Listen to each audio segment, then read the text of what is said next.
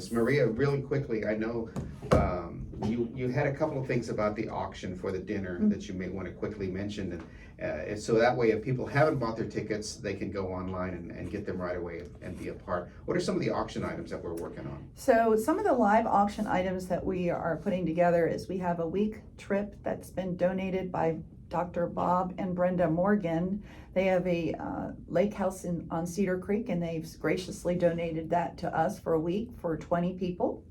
And then we have a trip to Rome, the year of the Jubilee. It's a 5-night stay for 2 in Rome with a tour of the Sistine Chapel and the Vatican museums. Some of the silent auction items that we have are weekend getaways, family activities and events, some concerts, some special events with priests, and the Little Angels Catholic Store has graciously donated a beautiful nativity scene that was made by Joseph's Studio by Roman. Really good things. Yeah, we have a lot more trips, but I don't want to mention them right now because they're still in the planning stages. But yes, I'm super excited about some of the things that we have this year. Very unique. Yeah, we have 2 months, a little less than 2 months before the dinner, and so next month I'm sure will be very Bishop's Dinner intensive in terms of letting people know more about the auction items and things that are going to be going on specific to that evening. So let's talk, Maria, a little bit about your involvement with Project Gabriel, but even before that, give us a little bit of your history and your pro-life history and what it is that really kind of has motivated you and brought you into this world of pro-life. So I had started pro-life actually when I was trying to conceive my son. It took my husband and I several years to have him, and we call him our Immaculate Conception because we don't know how he got here. It was through a lot of effort on our part. But soon after we had him, well, it was 8 years actually, after him, we wanted to have more children, and we weren't able to do that. So we looked into adoption. And that's when I came across a woman who lived in a neighborhood that I did, and she told me about a class that was being held at a hospital about adoption, various forms of adoption, whether it's foreign, domestic, CPS related. And that's how we came to adopt our daughters. We adopted them from birth from a lawyer who dealt in adoptions in Tulsa, Oklahoma. And it was through that experience that I decided that I promised myself that I would do something to honor their mother for this sacrifice that she made. And it is a sacrifice. It is a very hard decision as a woman to realize that you cannot raise a child for whatever reason, but you have enough love for them to know that placing them up for adoption is truly a gift. And it is a gift to my husband and I. A lot of people in the past would say to me, oh, it's so great that you chose to adopt your daughters. And I always looked at it as, no, it's not me that should be, congratulated and looked upon as doing something great. It's that mother who made that sacrifice, and she chose my husband and I to be their parents. And I always felt so grateful. And, anyone that knew me around the time that I adopted them, I was not one to stay home. I took them everywhere. And people would say that to me, and I would just start bawling because they just didn't understand what she went through. I always thought about what she went through, and like I said, the sacrifice that she made and the gift that they are to us and our family. And so it wasn't until the girls were maybe in elementary school that I decided at that point I was able to put forth some time in really being truly living a pro-life life. And I decided to be a Gabriel Angel. And that was through CPLC. I went through the training, and I walked along with a mom in need for several moms actually for several years. And then I was asked to be a coach to a mom, and that was a paid position at CPLC, a part-time position, and I agreed to do it. I have I have a degree in accounting. And then I became the GEMS coordinator, and then obviously I am currently the director of Project Gabriel. So that's pretty much my story. And I do have a passion for it, obviously, because I have some experience behind my belt. And Yeah, so I love what I do. I definitely see a need for women to step up and be a mentor or an angel to a mom. And we do have the opportunity for you all to consider doing that. We have a training on this coming Wednesday in our office for those of you that speak English and are interested in possibly mentoring a mom. It's from 9 to 2 in our office, and we're located on Preston Road in Dallas. And if you are English speaking or bilingual and would like to be an angel, there is an angel training in Spanish on February 19th from 9 to 2 as well in our office. And you can contact us via our website, or I am happy to give out my phone number. It's 972-835-9469. And if you'll just contact me, I'll be glad to sign you up for the class. You're under no obligation to be an angel. This is, if you just want to come find out what we're about and how you can help. If an angel is not for you, then we have other things that you can do to help us in helping these moms and their kids. There's always a way to help. There is always a way. Sarah, I want to talk to you a little bit about, this is a great story that your mom just said. For you as an adopted child and seeing this growing up, how has that influenced you to make your life one where it's a pro-life, you have a pro-life vision in your life? And before you answer that question, I just want people to know Sarah is one of the brightest lights I've ever met in my life. She always has a great positive attitude, and I give thanks to Maria because she's raised a wonderful young lady who just has this glow about her and who really makes an effort to let people know about positive things in that are going on, and she brings that into her work every day. And so you have a great story, Sarah, and so how has growing up in this world with this kind of influence really affected you?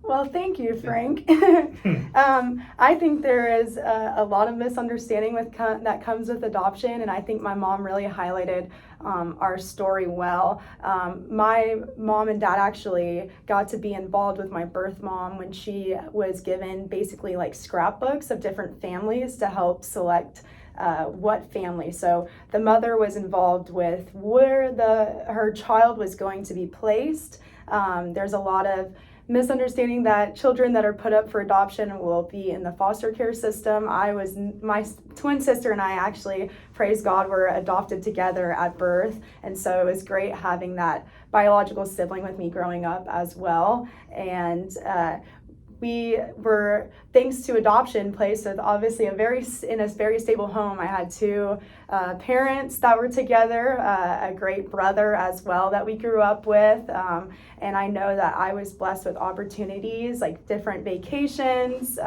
living in a good area and a good school system that I may have not otherwise been blessed with if not for the gift of adoption. But additionally, when I was 16 years old, I did get to meet some of my biological siblings as well. So really, it's really shown me that love runs thicker than blood. You can never have enough people in your life loving on you. And so it really has been such a blessing for both my sister and I. And something that you kind of had touched on as far as the misconceptions that people have, whether it's about adoption. One of the things I know you do in your role with us is utilizing social media to really tell the truth about all of the lies or all the misconceptions that are out there, whether it's about abortion, whether it's about the healthcare or whatever the thing is. And that's one of the things I'm very, very, that I've noticed about what you do as far as you use a lot of resources to bring to light a lot of the misinformation that's out there. Yeah, so with organizations, unfortunately, like Planned Parenthood, everyone is aware of what services Planned Parenthood provides. Unfortunately, it does not feel like it's the same for pregnancy resources and pro-life organizations. So with my job, I'm hopefully being able to provide awareness in our community and beyond that there are other options out there besides abortion, and really utilizing social media where young women that either are considering abortion or are needing that healing from an abortion experience, that there are other options out there for them. And last year for the March for Life, we did a little bit of a campaign on why I march, and I shared for every one adoption referral at Planned Parenthood, there's 207 abortions. So adoption is, we have a great organization here in Dallas, Catholic Charities. They work with a lot of adoption cases. And so, yes, through my work with the CPLC, I hope to bring awareness of these other options that are available. And Maria, one last thing. As being a parent, an adoptive parent, how has that really kind of influenced you when you're working with these moms who are unsure of what they want to do with their children? What kind of perspective can you bring to them? I share with them my story, and I tell them, a lot of these moms selfishly say, well, I don't want someone else raising my child. And of course, when I adopted the girls, it was a semi-open adoption. So today it's different. You, as a parent that may be choosing to have an open adoption, or a woman who's placing a child for adoption, has the option of an open adoption.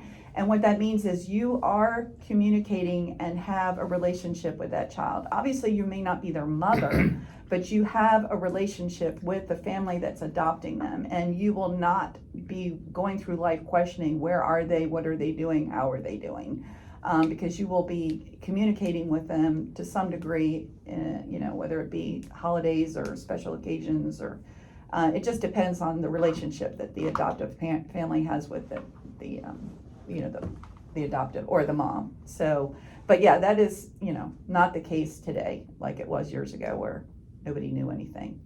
Mm-hmm. Do you think that because of how things are a little bit different now, do you think that scares women away from wanting to do it more, or because they feel like they don't have the control, or feel like they're just giving up too much, and how do you address that with some of these women that come to you? Honestly, I don't think most of the girls that I deal with really think about the level of responsibility, whether it's emotional, financial, spiritual, that they're taking on when they think about being a mom. And that's, where we come in and start asking them some questions that maybe they didn't think about. And especially if they have more than one child and they're struggling at this point, how's it going to be different with another one? It's a tough decision. It's a tough decision. And we never force these girls to make decisions that they don't want to make. Sure. Yes, and I wanted to add that really in our story, my sister and I, obviously working online and on social media, it can be I see the good, the bad, and the ugly, and I see every excuse in the book as to why not to choose adoption. But my birth mom had every excuse in the book herself. I mean, not finding out that you want to give a baby up for adoption, then finding out it's twins. She was not in custody of 2 children she already had. It ended up being a high-risk pregnancy, with my sister and I being born early because of placenta previa for her. So all these excuses that we hear women say that might justify abortion over adoption, my birth mom had every one of those excuses thrown her way, and she still chose life for my sister and I. So that definitely really drives me to want to be able to provide that same option for other women. Thanks, Sarah. Thank you, Maria. And again, if anybody's interested in becoming a Gabriel Angel, training is next week, but please call Pro-Life Dallas. This week. Oh, I'm sorry, this week. The English one is this week. Yes. Spanish is next week. Right. But go to prolifedallas.org. / become an angel. prolifedallas.org / become an angel. For all the details on that, or prolifedallas.org/dinner for more details on the Bishop's Pro-Life Dinner on April the 5th. All right, very good. Very interesting segment. I had no idea. I'd seen y'all together, and I didn't realize there was an adoption story there. So thank you, Frank, for bringing that story, and thank you, Maria and Sarah as well. And Susan Platt, I know she kind of hangs around. She might be still with us. Thank you, Susan, for your legislative